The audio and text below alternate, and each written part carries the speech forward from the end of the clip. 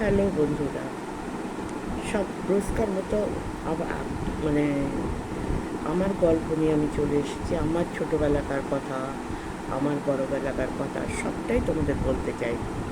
ছোটোর থেকে শুরু করেছি, তোমাদের আগেই বলেছি আমরা 5টা ভাই বোন।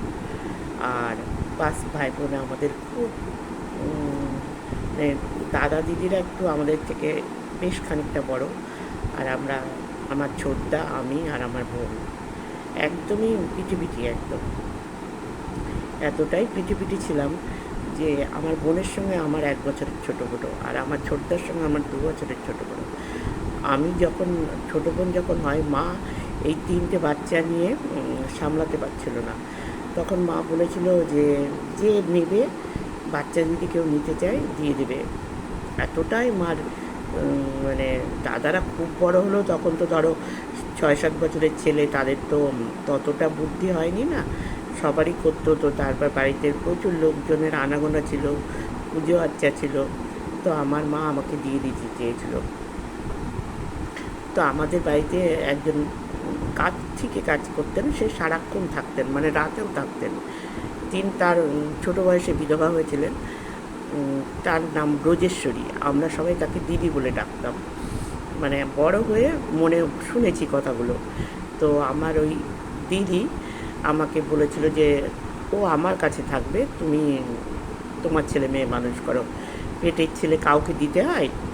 তো আমি সেই উম, আমাদের কাজের দিদির কাছেই আমি মানুষ, দিদির দুধ খেয়েই আমি মানে বড় হয়েছি, আমার মা বলে।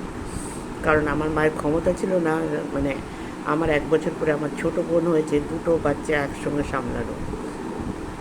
তো দিদি আমার দ্বিতীয় মা। তো আমরা দিদিকে খুবই ভালোবাসতাম। আর অসম্ভব সুন্দরী ছিলেন সেই দিদি। মানে উনি নিচু কাস্টের লোক, কিন্তু মানে তার সৌন্দর্য তাকে কখনো বুঝতে যায়নি সে কোন কাস্টের।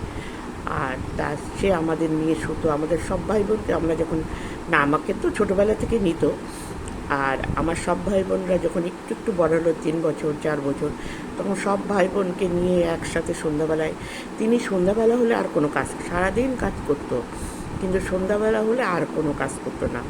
তো সে তখন যত লোকজনই আসুক, যত কিছুই আসুক, সেটা মাকেই করতে হতো। তো তিনি আমাদের নিয়ে শুতেন, গল্প করতেন। আমাদের প্রচুর, মানে ওই দিদি আমাদের যে বাড়ির লোক না, এটা বুঝতে বুঝতে আমাদের প্রচুর দিন কেটে গেছে। মানে আমি বোঝাতে পারবো না, 8-9 বছর কেটে গেছিলো। ওই দিদি যে আমাদের নিজের দিদি না, আমরা মানে আমাদের আপন লোক না। সে যাই হোক, তো আমার দিদির কাছে প্রচুর গল্প শুনে বড় হয়েছি। আর প্রচুর ভালোবাসতো আমাকে। যখন দিদি বাড়ির থেকে চলে যায় আর কি, দিদির ভাইঝির স্বামী মারা গেলে, তখন তার অভিভাবকহীন পড়ে, তখন দিদি চলে যায় সেই বাড়ি আমাদের।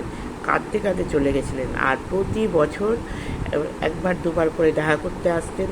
উনি খুব গরিব মানুষ, তবুও হাতে কিছু বিস্কুট, কিছু কিছু না কিছু আমাদের জন্য নিয়ে আসতেন। তো এই ভালোবাসাগুলো পেয়ে আমরা বড় হয়েছি, এটা তোমাদের বোঝাতে পারবো না। আমার মাও তাকে শাশুড়ির মতনই সম্মান দিতেন। সে যেটা বলতো সেটাই মা শুনতে, মানে মনে এই রাগগুলোও শুনতে বাধ্য হতো, মানে বাধ্য, এটা ঠিক বোঝা যাবে না, বাধ্য না, এটা বোধহয় ভালোবেসেই করতেন। সে যাই হোক, তো আজকের মতো এখানেই আমার গল্পটা শেষ করছি। আবার আবার আসবো তোমাদের সাথে গল্প করতে। এখনকার মতো বাই বাই।